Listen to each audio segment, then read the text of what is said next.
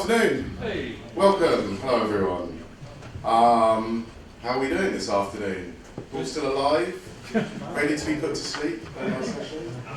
First thing, start off with massive apologies. Content, especially the slide content on this one, is especially light. I haven't been very well the last couple of weeks.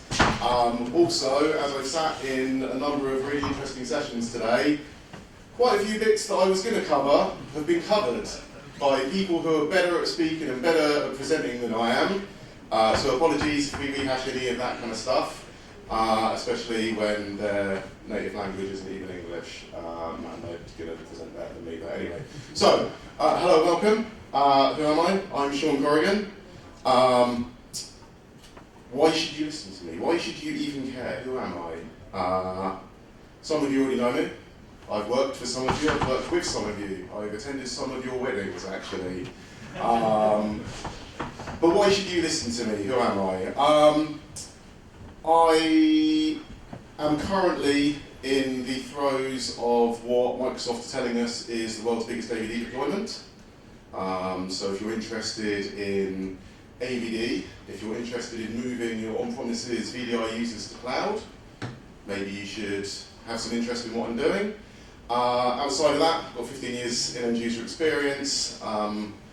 In my little blurb that Neil's put on the website, I've done all kinds of weird and wonderful jobs. I've worn all of the hats. I've worked on service desk, I've done architecture. I don't really consider myself to be a real engineer. In most of my roles, I haven't really been at the coalface of coding. I've worked consultancy for companies like Citrix before. I've been sent out to sites to do NetScaler installations. I have a background in kind of sysadmin data center type things, but I've never really done the hardcore, super in-depth, at code level engineering piece. So that's kind of my background. I'm not representing my employer today. I'm not actually allowed to mention them. If you go to my LinkedIn, you'll find out who they are. I may or may not work for a large Swiss bank that still exists, and we had to buy a different Swiss bank. But any very specific details about who I work for, I can't mention today, so apologies for that. But I can just kind of go into kind of some of the methodologies, other bits and bobs we do. My current role, what do I do currently? Like I said, I've worn a lot of hats. What do I do today? I work in a virtual platform team across the bank. We are responsible for essentially delivering all end user service type products to the users, whether that's a physical desktop, whether that's a session from a physical desktop delivered virtually via something like a remote PC, or whether that's a hardcore VDI, whatever, that's the space that we're in. What do I actually do in my day-to-day? I essentially operate as a very thin layer. I tie together a lot of the disciplines within the end-user services space.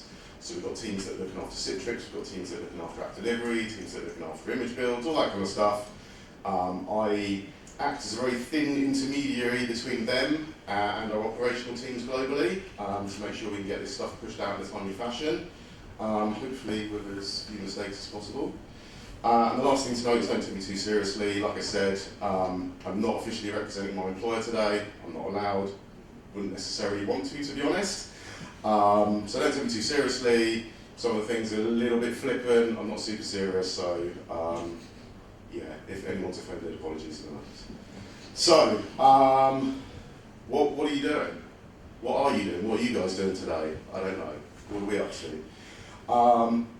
What am I doing? I'm trying to migrate thousands of users, multiple countries, multiple jurisdictions. The key focus right now for us is to get as many people moved off of on-prem as possible. Why am I mentioning this? It feels like from conversations I've had today, conversations I've had at other conferences, conferences are available now, sorry, conversations I've had with other people, a lot of people are kind of beginning to be pushed into this space. Whether you started it a year ago, whether you started it 2 years ago, whether it's a similar scale to what we're doing, whether it's not a similar scale to what we're doing, a lot of people are being pushed to an area in our space where we're having to deal with thousands of user migrations, and the majority of that, for the correct reasons or not, seems to be to cloud now. Flavour of the year, is it the year of cloud? It's the same as the conversation celebration about the year of EDI. I think every year for the last 5 years has been the year of cloud. So let's just say it's the year of cloud VDI. So that's the core piece at the moment. We've just got to get those users migrated by hook or by crook. We're trying to get off-prem. I didn't really know where to pitch this session today. It's based on some previous sessions I've done. We're all trying to get, well, at least I think we're all probably trying to get away from the hypervisor formerly known as VMware. It's no secret that they've massively jacked costs on everyone. When you're running a sort of 2,500, 3,000 host strong estate, that number goes up massively. So there's a lot of financial levers there to get off of that stuff and get rid of it as soon as possible. How are you going to do that? What are the methods in how we're doing that, I guess? You're probably going to be using some of your existing products to do that. That would definitely be a recommendation. I think it's massively foolish, shall we say, to attempt to migrate a very large user estate, whilst at the same time also changing all of your tooling to do that, all of the technologies that you're using to do that. It will slow you down. You're going to have to re-engineer your existing tool set, you're going to have to engineer a new tool set, identify what products are going to get you into cloud as quickly as possible, assuming this is the migration that you're going through. And equally, spend time identifying any kind of products that are likely to cause you any pain in the future in terms of technical debt, performance things, support things. Obviously, we've been talking a lot today about AppV. Identify these technologies that you're using today and you've leveraged for many years today, but actually, you know what, like, the on-ramp is, we're coming to the end of the highway here, we need to begin thinking about how we're getting off these things. In my user estate, we've got well over 5,000 apps. How are we going to get off of those apps from AppV? Not all of them delivered by AppV. Shout out to Art, thanks very much, excellent product. How are we going to get out of these situations? What is the journey? What is the kind of time limits imposed on us to kind of get off of these products? And it's not easy. We all know it's really difficult. That's why we're all employed, right? I don't think there's many people in the room here today who can genuinely say they have a super easy job and it's a great time. I think a lot of us in the US are all in a very similar boat. It's tricky stuff, right? We need to be thinking about the future. How are we going to move on to the next thing? What does that look like? Do we know what we're doing? Is something that I ask myself every day. But on a more serious note, because you're going to be moving to a new area, because a lot of us are full-time involved in that EUS or EUC space, you're not going to be 100% SMEs in the areas that you're moving into. There's going to be new stuff coming on board. Plenty of people are using products like Nerdio. You're not going to be an overnight expert in Nerdio. You're going to have to learn these products. I think in EUC we're very lucky to be in a space that has pivoted a number of times actually. And we're kind of used to having to pick up new skills constantly, to constantly evolve the landscape, to work out new ways. Ultimately, most of us are just in the business of delivering apps to the user, but I think the way that has evolved over time, the technology is available to users, technology is available to us as business owners that we can deploy to the users, that landscape has changed massively over the last 10 to 15 years. So there's always constant change. So I guess my advice to you is, don't be worried if you think you're not 100% sure about what you're doing moving forwards, because no one knows what they're doing 100% moving forwards. We're always in that constant area of uncertainty, and it's good to push yourself. If you're 100% on top of everything, well done, I guess. I don't really know what else to say. We don't always know the ending. It feels as though everyone is moving to some kind of agile methodology. You might not actually know what the finished article is going to look like. It's a problem that comes up regularly. It's a problem that specifically came up for us last year when the Swiss government forced us to buy a different bank. No one could have possibly expected that to happen. That was not on any roadmaps. You need to try and be flexible moving forwards, both in yourself. Great session from Vicky earlier today. I thought it was really interesting, very different. It was great to hear kind of her thoughts and how that works. You're going to have to be flexible with your designs, and your teams are going to have to commit to what they're delivering to accommodate any kind of future requirements, because you don't really know what's around the corner. I've spoken to probably 3 or 4 quite sizable similar businesses. They're not in financial, but they're quite large in size. And the commonality between all of us is that we know what we're doing for the majority. We've got 95% of the bases covered, but it's that 5% that will trip you up every time, and that's the bit you need to kind of build in flexibility. You need to commit to accepting new ideas, new ways of working, new standards that perhaps weren't in the business before. So yeah, that's kind of commit and be flexible, I think, is the key point there. So, how are you doing it? How are we doing it? Hopefully you don't need me to tell you, but the users are key. If they are going to be heavily affected by what you're doing, if you're going to massively interrupt their day-to-day workflow, never lose sight of the fact that these are users. Users, for me, are my lifeblood, they're my bread and butter. What I don't want to be is I don't want to be the guy that causes problems, that becomes very unpopular with the users, mainly because I like the attention, but also no one will speak to you anymore. There's always pressure from management to get things done quickly, but no one wants that phone to ring off the hook once the migrations begin. I guess the kind of point behind that thought is make sure your plans and your migrations are rock solid before you propose ramping up those migration numbers. It's super easy for me to say that whilst I'm stood on the stage. I get it, we've all worked in that space before. Management are hammering down the door, they want to get the migrations going, we've got to get these people moved, what are you doing, why do we have to wait another week? My advice from what I've seen over the last 3 years, take the extra time to make sure that your migration plans, the technology behind your migrations is absolutely rock solid, because that will pay dividends for you way further down the road.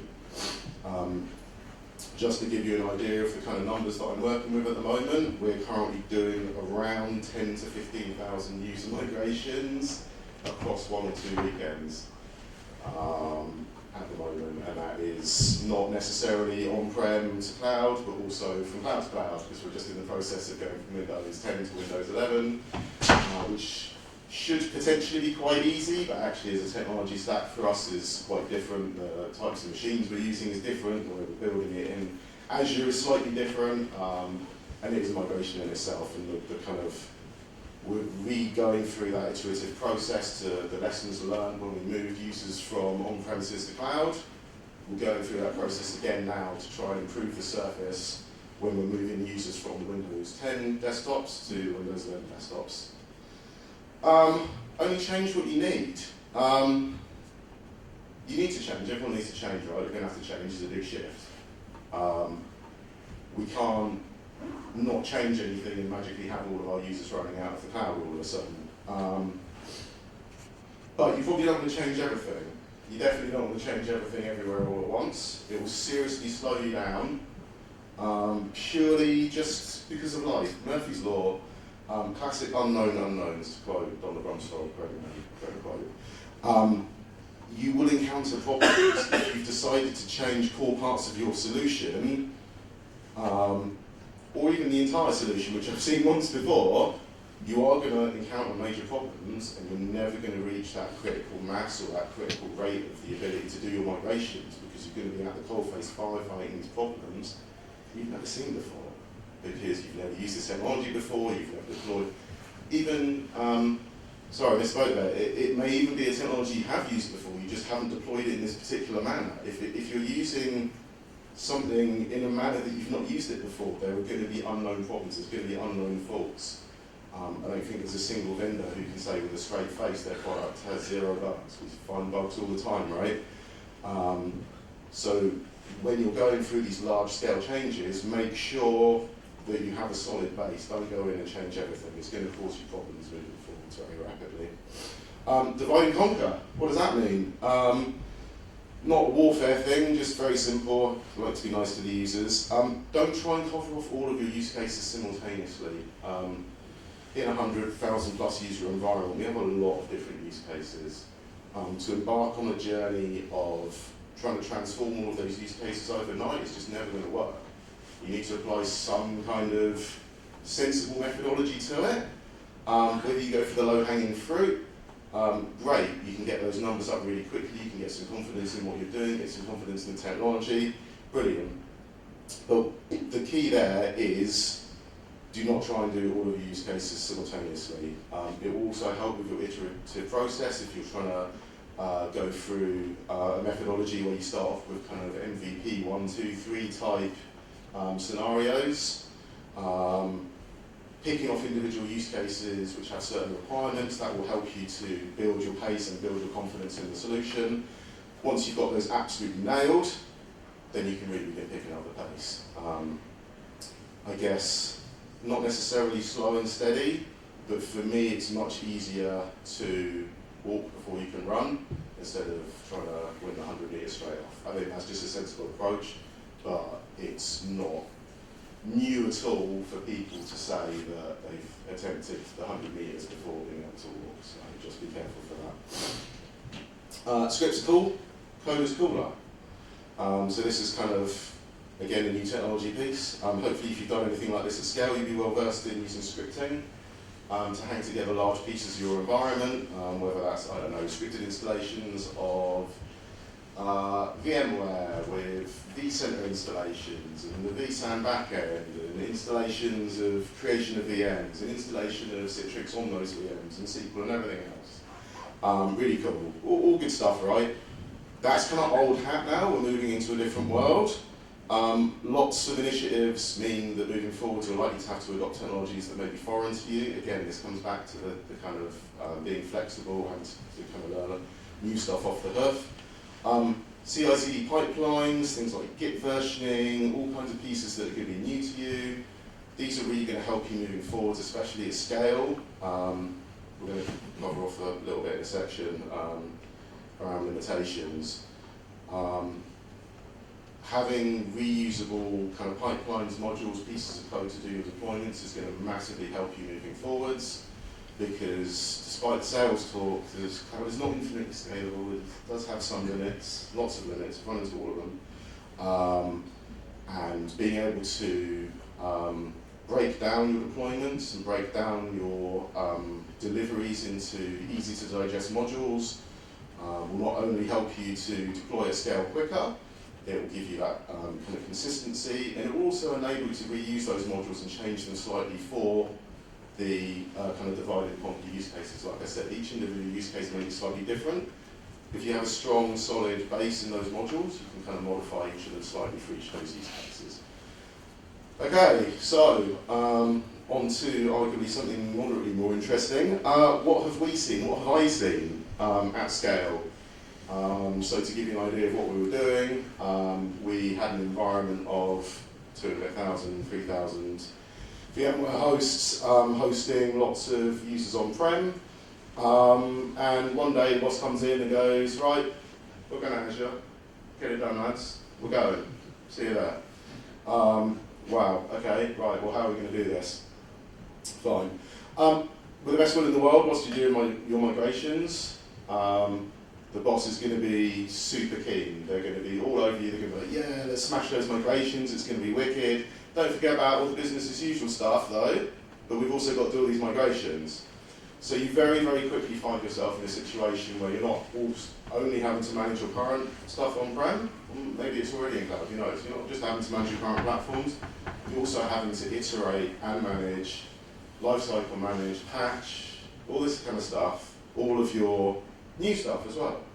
So all of your BAU items don't magically stop, and over time, as your migration becomes more and more successful, people will also consider that to be BAU. And what you will find is more of these use cases coming in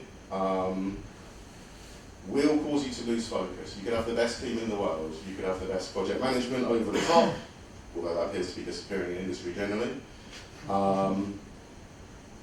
you will lose focus. There's a lot of moving parts. There's a lot of things to be done, and there's a lot of problems to be resolved in an environment that is new to you and your 20, 30, 50, 75, 100,000 users. There's a lot of gaps to be closed there. So with the best will in the world, again, I can talk about it, stand on a stage, I don't have to answer to anyone here. Be very conscious about losing focus. It is so easy to lose focus when you're in the middle of these projects. Everyone is trying to do the best job that they can. I really feel like a lot of us in the US space, genuinely to help people. Like, I like to deliver a good working environment for all of the users in my environment. But it's so easy to get lost in the kind of day-to-day. It becomes difficult to take a step back and actually look at what have you done, what are we trying to do, what are the high-level objectives. Like it was mentioned before, that there's some kind of, Simon Binder, a very good session, thank you for that earlier. A lack of project management seems to be a theme that's creeping into the technology space quite a lot at the moment. There's a lot of stuff going agile. It feels like we're going to be expected to handle a lot of that load moving forwards as engineers, as people involved in technology. So I would always say, just make sure you have at least one eye on what's happening in that space. Lift and lose. What does that mean? Lift and shift, don't do it. Just don't do it, literally don't do it. If anyone comes to you, I've been to a lot of vendor presentations this year, trying to push their kind of multi-cloud options, no names being mentioned. And they say, oh, it's great, you can just take whatever you've got on-prem, we can put it in Azure, we can put it in AWS, you won't even have to change your hypervisor because our hypervisor's there, it'll be great. Don't do it, absolutely do not do it. Every cloud has its own particular strengths and weaknesses, I feel. They also have their own particular limitations, they all have their own particular individual service offerings. Yes, I said, don't change your entire stack. Don't do that. But if there are technologies that are native to cloud that will help you moving forwards, absolutely leverage them. Why would you not do that? If you have, I don't know, certain technologies that require a Microsoft SQL backend, why on earth would you lift and shift your free Microsoft Enterprise SQL servers into Azure? That doesn't make any sense. There's quite a lot of opportunities to migrate those things to SQL as a service within Azure. Other clouds are available. But just don't do it. Just don't do the lift and shift. I hear it all the time, and it sounds like the dream, right? You push the button, the stuff goes, everything's software-defined networking, no one notices, and then you get the bill, and then the complaints start coming in because the performance is weird, because the solution doesn't work how it's supposed to. Spend the time doing your design correctly. Like I said previously, evaluate the products that you have, use the ones that are going to benefit you.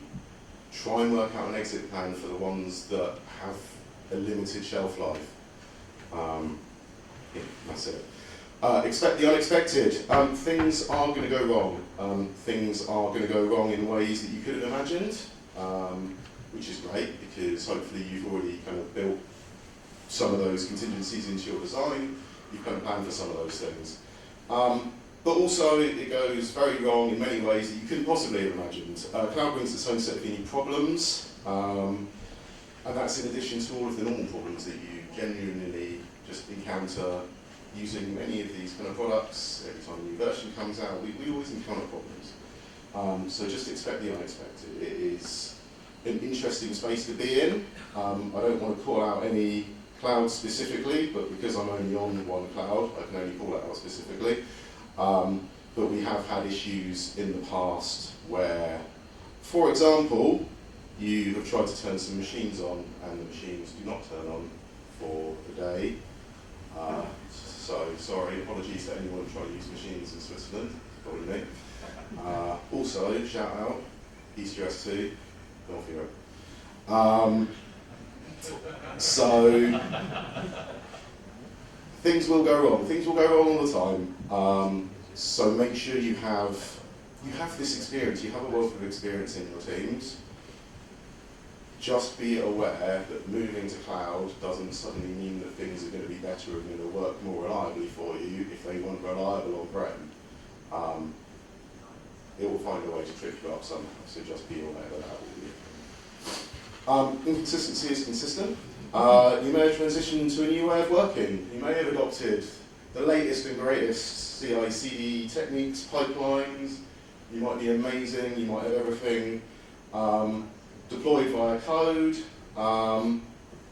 and within an enterprise scale business, all of that is completely pointless when someone in the background goes in from another department that has oversight and changes some policies.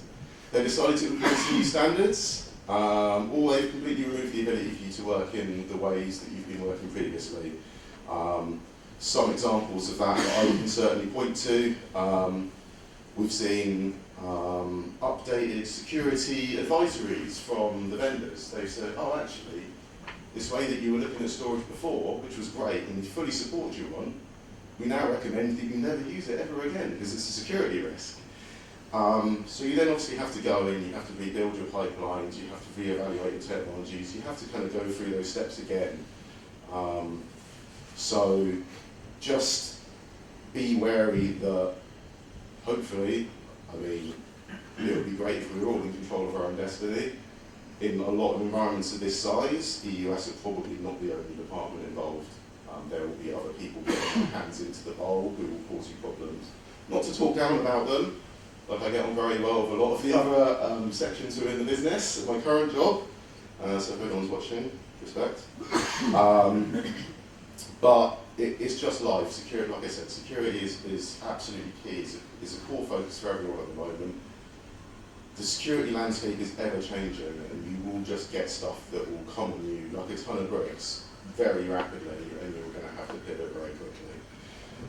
So things that you thought maybe would be consistent, not actually that consistent. Again, we'll go back to you're going to have to be flexible. Also, we've seen some pretty major issues around consistency with APIs at scale.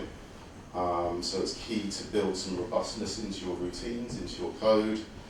Certainly products that are going to help you. I'm not recommending them, but I'm just saying that they have these features, things like Terraform, things like Bicep that use declarative code, and idempotency are really going to help you with these kind of API inconsistencies. You're going to be able to apply the settings multiple times and be sure that they actually have applied rather than just causing loads of problems moving forwards.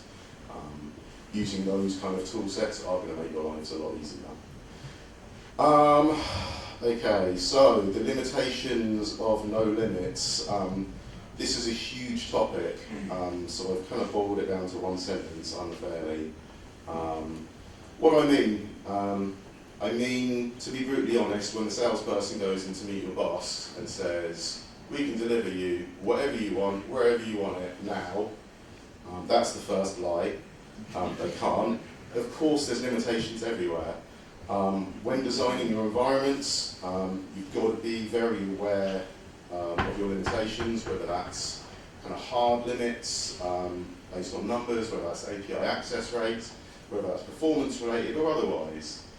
You have to be aware that you're still in that technical space, and despite all of the noise that's coming from the sales side through your boss, there's always limitations.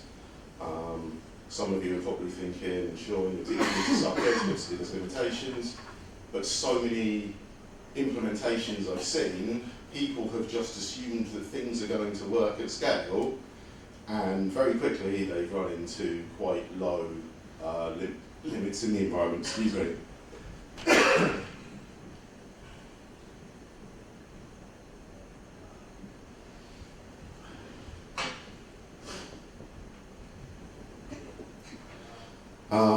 Okay, so where were we? Sorry, limitations. So to give you an example, we ended up using Azure Files Premium. Sorry, Jim, I'm aware it's Microsoft, it's very Microsoft centric. Uses your files premium to hold It's fine, don't worry about it. to hold a lot of our configuration files, things like AppV, packages, all that kind of stuff. And we had a bit of a major incident a couple of years ago where we weren't aware that there was a 2,000 file handle limit against any file within those shares. And funny enough, when you run way more than 2,000 machines against it, you're going to get to a point where the file gets locked out and you can't release the handles and your entire environment breaks down in a region. So yeah, be very aware of limitations. Always read the small print. On the upside, I feel like certainly Microsoft are beginning to get it. We're working very closely with some of the storage teams within Azure to try and kind of push those limits higher. But they exist everywhere. It's not just storage limits. It's not just performance limits. It's everywhere. Every aspect of your environment is going to have limitations against it. So make sure when you're doing the design, all of the things that you're designing for, the scale you're designing for, all of that is correctly sized and appropriate. Personally, at our scale, we have had to massively scale out our storage to accommodate the number of users that we have. So that's just an example of kind of some of the stuff that I've seen and what we've run into. Hidden costs. So we all know about costs in cloud. We all know about the big hitter items. We know about things like if you leave your virtual machine on, it will cost you money. If you create a load of disks and you don't use them, it's still going to cost you money if they're still there. These are kind of the things that we know and expect, which is fine. You can accommodate for those. They're probably part of your cost plans. You probably had to take some kind of cost models to seniors around what the estimate is for this year, this month, whatever. What are the things that are likely to trip you up? Hidden costs. Networking. Networking is a really big one.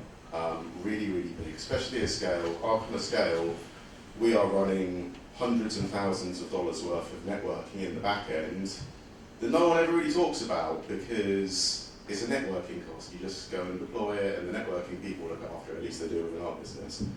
But it's a huge cost, no one really talks about it, but there's a big number attached to that. Certain security policies as well. Another great example, we've had an issue recently where someone in the business has decided that we're going to use Defender, and they've applied a policy to apply Defender either P1 or P2 for server to every single subscription within the business.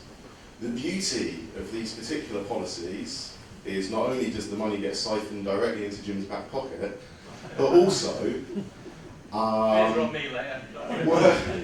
also, these products don't even work on client operating systems, but Microsoft will still charge you for it.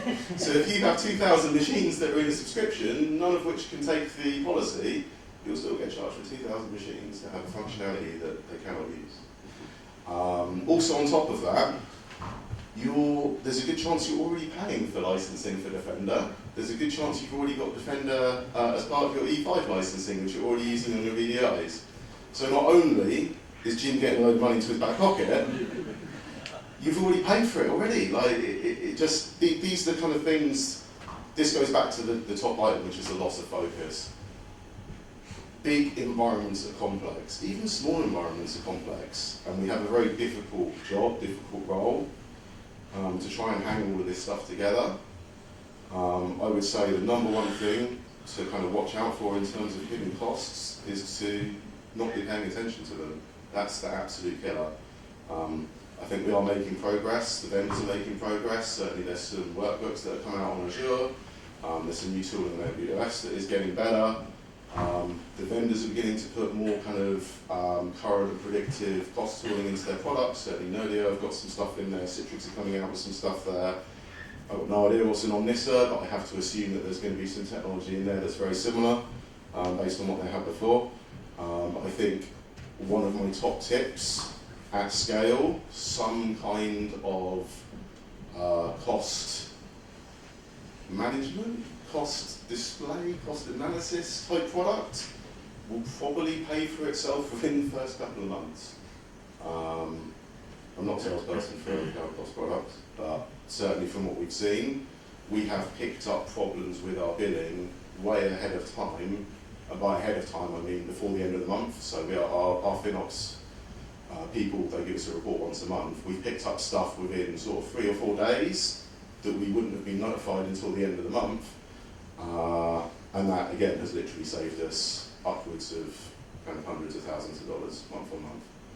So these are the kind of things that are easy to be missed at this kind of scale.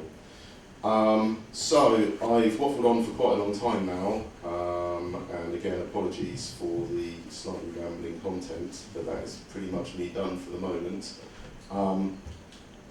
Has anyone got any Q&As? Why are you looking at me? I don't, well, that's like your face. Anyone? Questions? Do you miss on-prem? Do I miss on-prem? That is a great question. Every day. Do I miss not having to pay Broadcom? No. Do I miss some of the flex?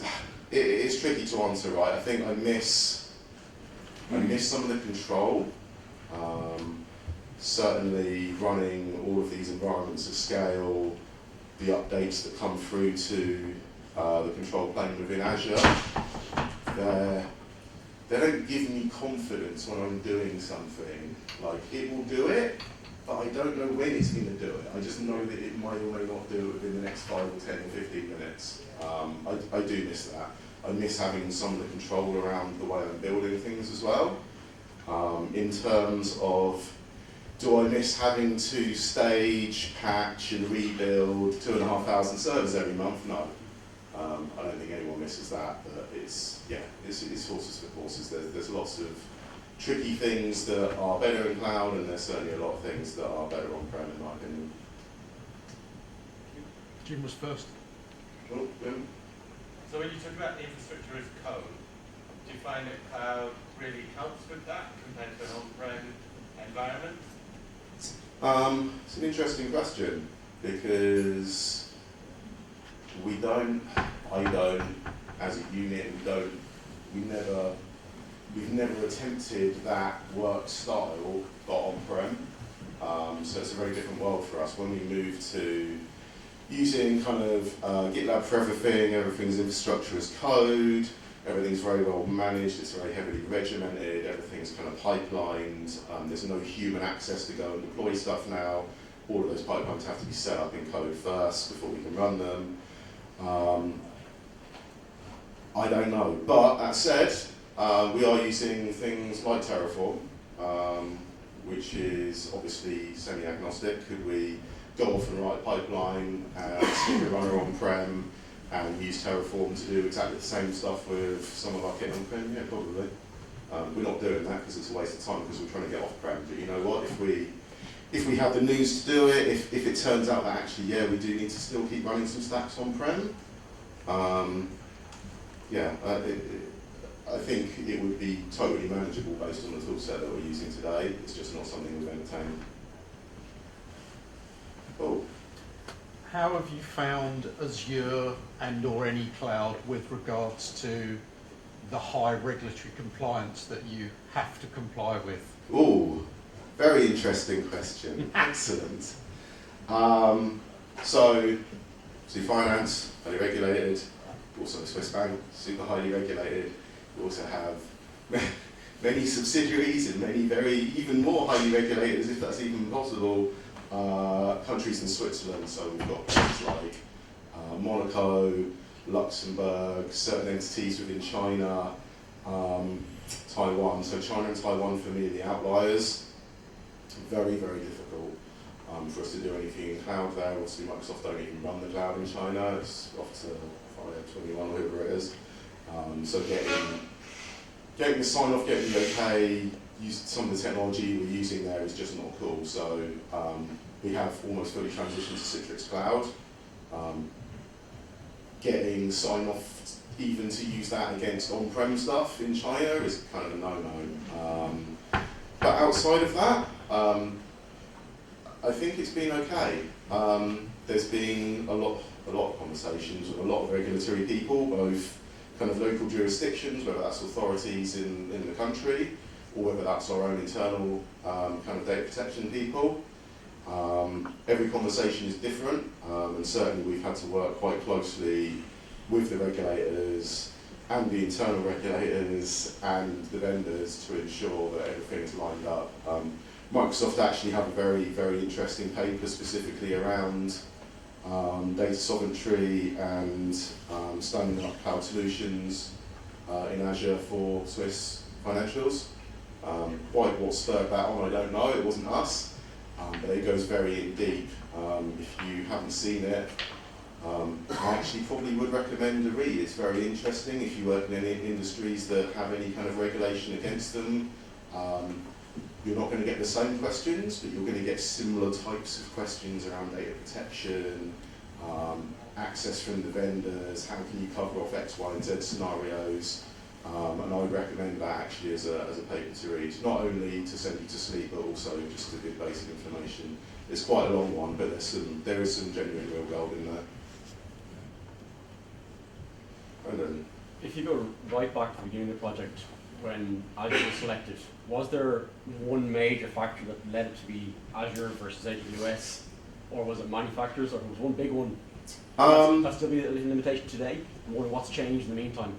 Good question. So, if anyone didn't catch that, just to paraphrase, was there anything at the beginning of the project that kind of led to us choosing Azure specifically over kind of any other clouds? I was told to go Azure.